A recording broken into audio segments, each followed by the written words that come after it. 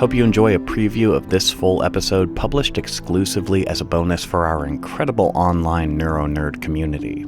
This group is the backbone that keeps this podcast thriving, and you can find out more at therapistuncensored.com/join. Hey, Ann, how's it going? It's going good. It's been a long week. It's been a long month, actually. It has. It has been. We've been busy with travel, then a huge family crisis that is just resolved. And now we're popping into the summer. You know what I think about is we're popping into the summer in a completely different way than we've been in many years. Well, actually, we say that we're just about to do that. And then somehow magically our schedule fills up. Okay.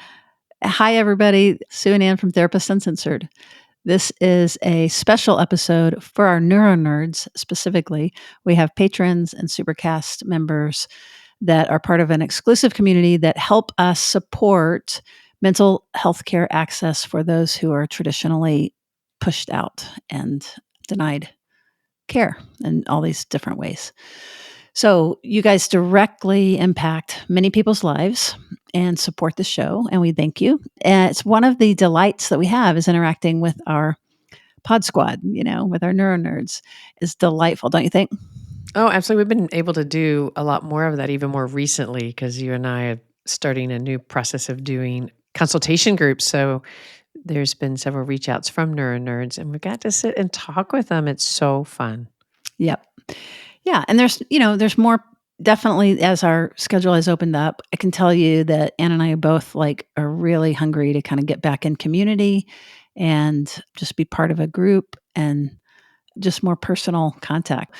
And in a way that this conversation is a little bit part of that. We're finally able to sit back. We're calling it a happy hour. It's a little early for a happy hour for us. We're drinking our tea, but we'll get there. So how are you actually doing? I'm going to take a moment and think about that. I think I'm feeling a lightness return. I can feel it. And it feels really, really good. Like this sense of excitement. That's what I'm feeling. Like we've gotten the family situation under control. The book is done. The course is done. All these very meaningful, powerful, but hard things. And I am in this evolution of feeling lightness and excitement and ready for creativity. That's how I'm doing. How are you doing? So let me ask you this. If I brought you the next big project and it was really juicy and fun, would you be able to deny it? Well, you added the juicy and fun because I've been saying if you want a big project right now, I'm ready to be the wind beneath your wings for a period of time. You flap me away. go, girl. You go do you. But then you said juicy and fun, and I'm like, damn you, what? Wait, what is it? I know.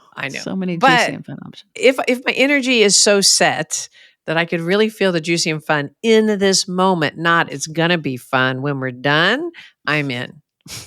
Do you see what I'm saying? Like these consultation groups, they're juicy and fun right now and doing them and said I'm feeling energized. So I think that's my stick right now. And Vitality series is another one that you're. Oh, I love the Vitality series. They're both invigorating. And I think with all the crap going on in the world, I'm really, really, and I know you are too, craving connection, but connection with people who are doing their work. And that combination, I just feel this before I think I was when we started the Vitality series, I was just And so I was meeting other people oh my God, how are we ever going to feel vital again? And I'm in a better place. And I'm feeling okay, I'm feeling my vitality. The world is full of crap right now, but I'm feeling juiced up. I had a client actually the other day that never asked questions about me ever, ever, ever. And she just stopped and she said, I've just been thinking about you and how are you doing? And she was referring to the Texas legislature and gay stuff and things like that. And I was really, it's just a surprising shift of the tone and stuff like that. But yeah, there's the real therapist that's there. And then there's the relationship in the room and our relationship with our listeners. that it has its own kind of life. People are hearing us in their ears. They have a personal relationship with us. And then there's just the real you and me. There are these flawed toddlers running around. Quit trying talking about yourself like that. trying to do something good in the world and No, have fun. like that's such a sweet thing to think of your client asking that. And I think that's the part that I'm in tune to, that I'm feeling a little energized while there's crap around. Like I'm not hiding and I'm not ignoring. So I think I really want to be protective of that. I feel protective now that I think about it. Like, what keeps me in that? So when you say if I brought something to you, my first thing was, but then I also trust you so much that if it was energizing and it would be additive to the world, I think I have the juice. I think I'm ready. Oh no. Oh no. We'll create some nonprofit or something next week, or we got to watch that. I was going to say, well, how are you? Where are you right now? What's your check-in? Well, I definitely am loving the more personal contact that we're having with folks, loving my practice, loving my groups, loving having new groups that are going to be online because of the flexibility that that's going to give us to travel and stuff like that. And also just think it's fair to mention that you and I are in another phase of deep work, and that's encouraging and enlivening and brings vitality to me because, we've got to do our maintenance. So that's another thing that I think about. And sometimes I also just sit back and think about the mental health industry. I have so many feelings about it. So it's just been something on my mind about our fees versus, if you're on a healthcare panel. I've been thinking about how insurance is really hard to stay on as a clinician. But by getting off of it, we bounce ourselves into this other world that is much less accessible financially for folks.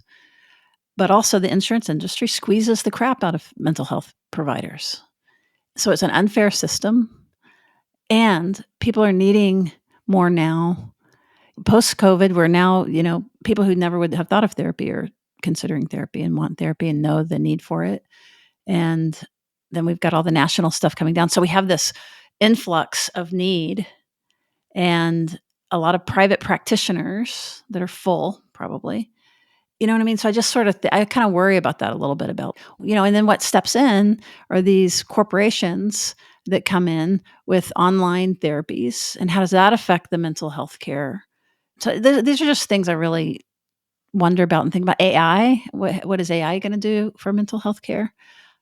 Well, you also mentioned these large corporations. Another way that affects clinicians is being able to really kind of control the search factor. So when you are out there, for listeners who just want a therapist and you're like, I want somebody who specializes in A, B, and C, it's like, how do you get to the individual clinician out there that cares deeply and is not part of a big conglomerate when SEO like moves them and forces you into all these other quick fixes, or people who are experts in this and experts or that?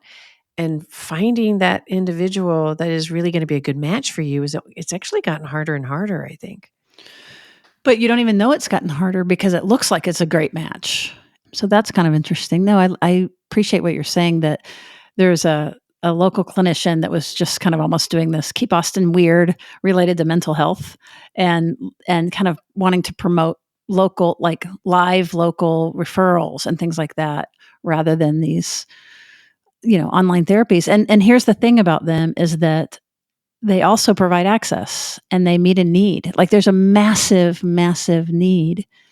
So we can't just sit back and be judgmental of the corporate world pulling, and it's a billion-dollar industry. It's big industry. So yeah, I just scratch my head about some of that sometimes. Mm-hmm. Yeah, me too. And so do therapists out there. I mean, meeting and talking to some of these different clinicians to hear the common themes and struggles, really brought a lot of this to my mind. The feeling of isolation in their offices, but disconnection from communities, or you have to go over into some organization that is being run by individuals who aren't necessarily focused on the betterment of the services, but more the profitability. So it's a real bind for clinicians.